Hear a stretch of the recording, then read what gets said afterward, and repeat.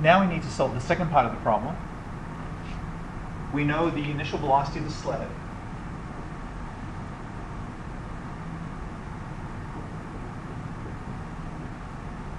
It's traveling at 22.4 meters per second, at an angle of 35 degrees above the horizontal. Because the original length of the slope is 200 meters, we know the height of the sled. We can use 200 times sine of 35 degrees to find that at the initial time,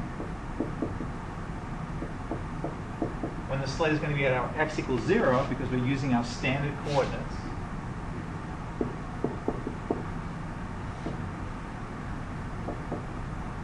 x and y, horizontal and vertical,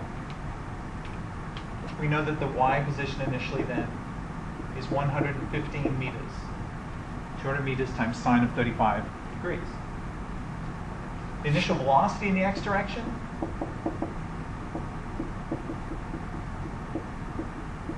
is 22.4 times cosine of 35 degrees.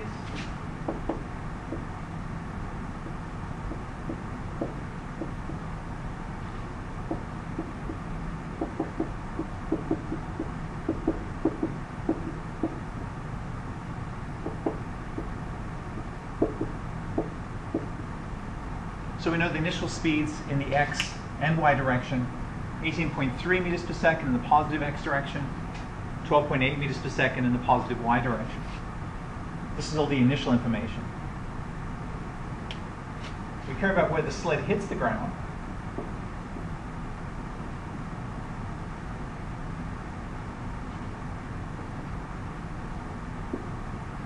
We do not know what time this is. We don't know the position in x, but we do know that in y, it's 0. The x velocity is the same as before, but the y velocity is unknown. We know that the x velocity is the same as before because there is no acceleration in the x direction, but the y acceleration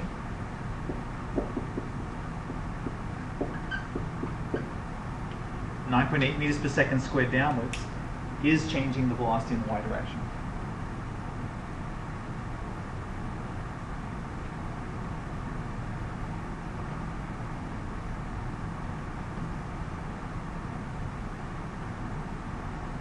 So now, as with all projectile motion problems,